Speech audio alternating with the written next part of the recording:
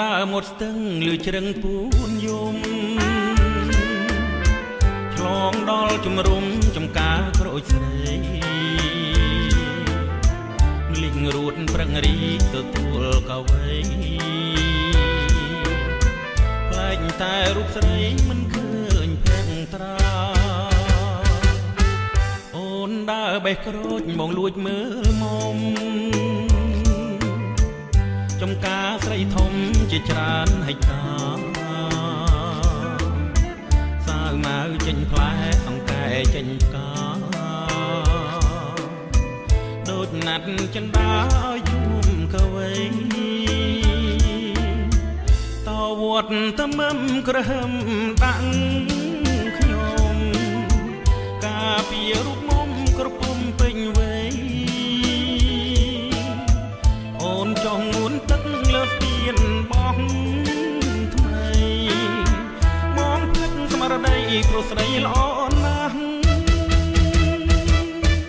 រឿងបាត់ដំបងចង់ចិត្តខ្ញុំហើយសឹងសង្កែអើយកុំហូរបញ្ចាំង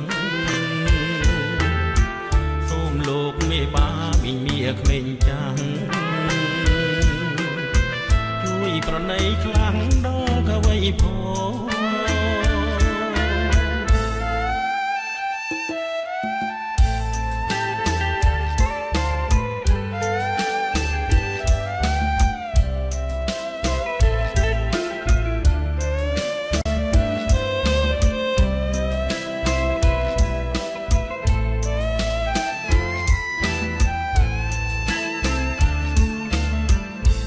វត្តតមឹមក្រហម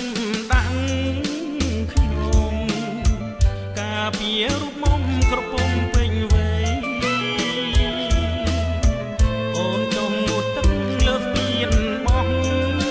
ថ្មីមองភ្លេចស្មារតីព្រោះស្រីល្អណាស់រឿងបាត់ដំបងចង់ចិត្តខ្ញុំហើយ